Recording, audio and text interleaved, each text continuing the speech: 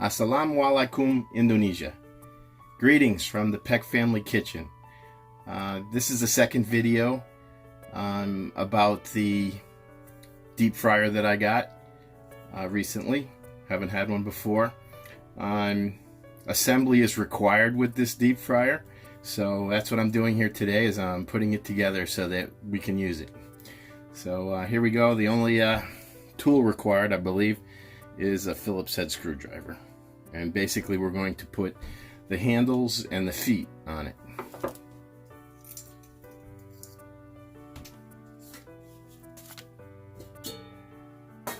So the first thing to do is to flip this over and make it easy to get to the feet. Remove the screws.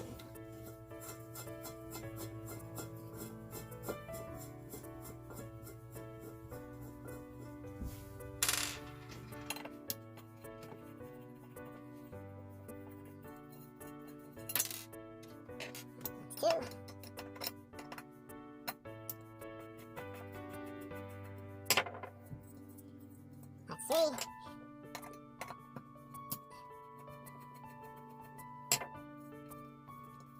That's four. Screws come, or the feet come with a notch in them here to receive that mounting stud.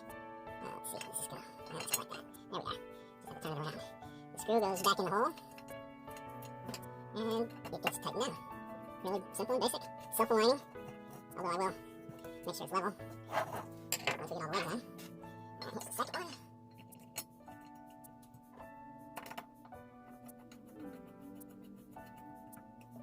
Before I tighten them, I want to make sure that they're not uneven for some reason.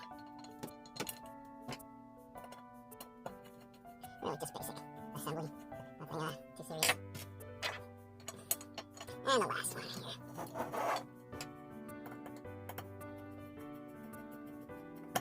Okay, so they're all on, not tight yet, so I want to make sure that they don't wobble. Now they get some rubber on the bottom, so they're okay to tighten down. Don't give them too much of a twister, else you might crack the feet or strip the screw threads.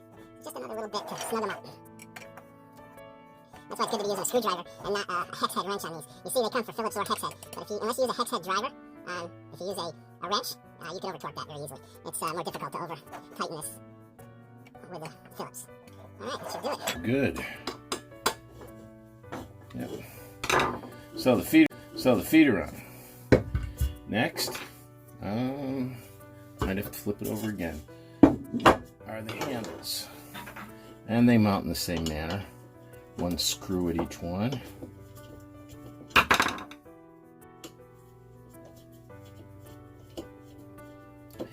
And these are only threaded into the die-cast aluminum, so you got to be careful that you don't over tighten them. If you strip that aluminum, then you're going to have a problem.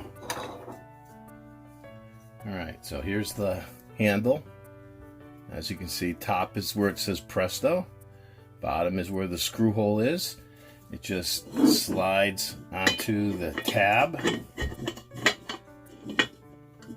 like so. Screw goes in.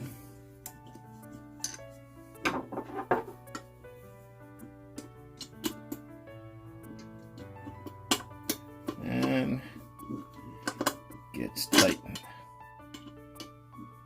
If I can get that lined up.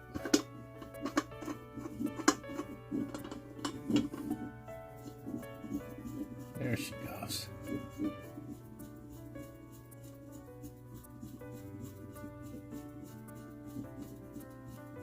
And once again, don't over tighten.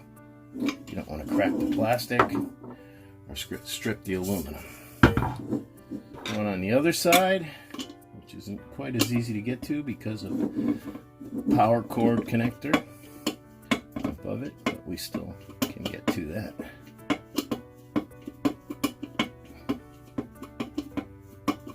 Take out the screw.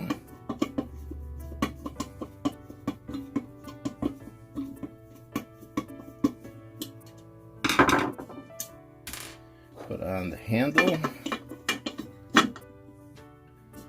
Replace the screw.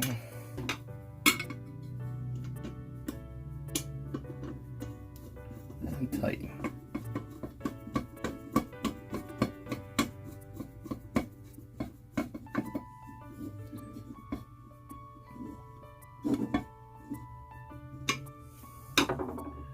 Alright. There's our multi-cooker. Deep fryer, steamer, boiler, soup maker, stew maker. And we're going to see whether or not that's all true. As far as final assembly goes, this is the heat controller, and it plugs in here, this way, you know, with the pointy end towards the machine. And it goes like that. And then this is a magnetic cord, and it attaches by magnets. You see those two prongs? Those are actually magnets. And that's for safety reasons. It's so that this will disconnect very easily if someone pulls on the cord. So when you're deep frying or you have boiling water, boiling oil in there, if someone were to yank on the cord, it wouldn't pull it like off the counter where it would spill on someone. So it should just, let's see, it should just go like that, I think. Oh, maybe the other way. Yeah, there you go. So that's connected. See, and it's just a breakaway magnetic connection, which I've heard many people complain about because it comes disconnected very easily. The only other assembly was reversing this handle. It came with this portion of the handle down, and you just have to flip it. And then this is a locking tab that you slide down, and it locks the handle in so it can't come out when you're using it. And it has a little hook on here also for draining or steaming. Now, the only problem with that is you're doing it without the lid on, you know, so. And that's it. I'm going to give this a quick wash in case there's any manufacturing oils or chemicals on it or anything.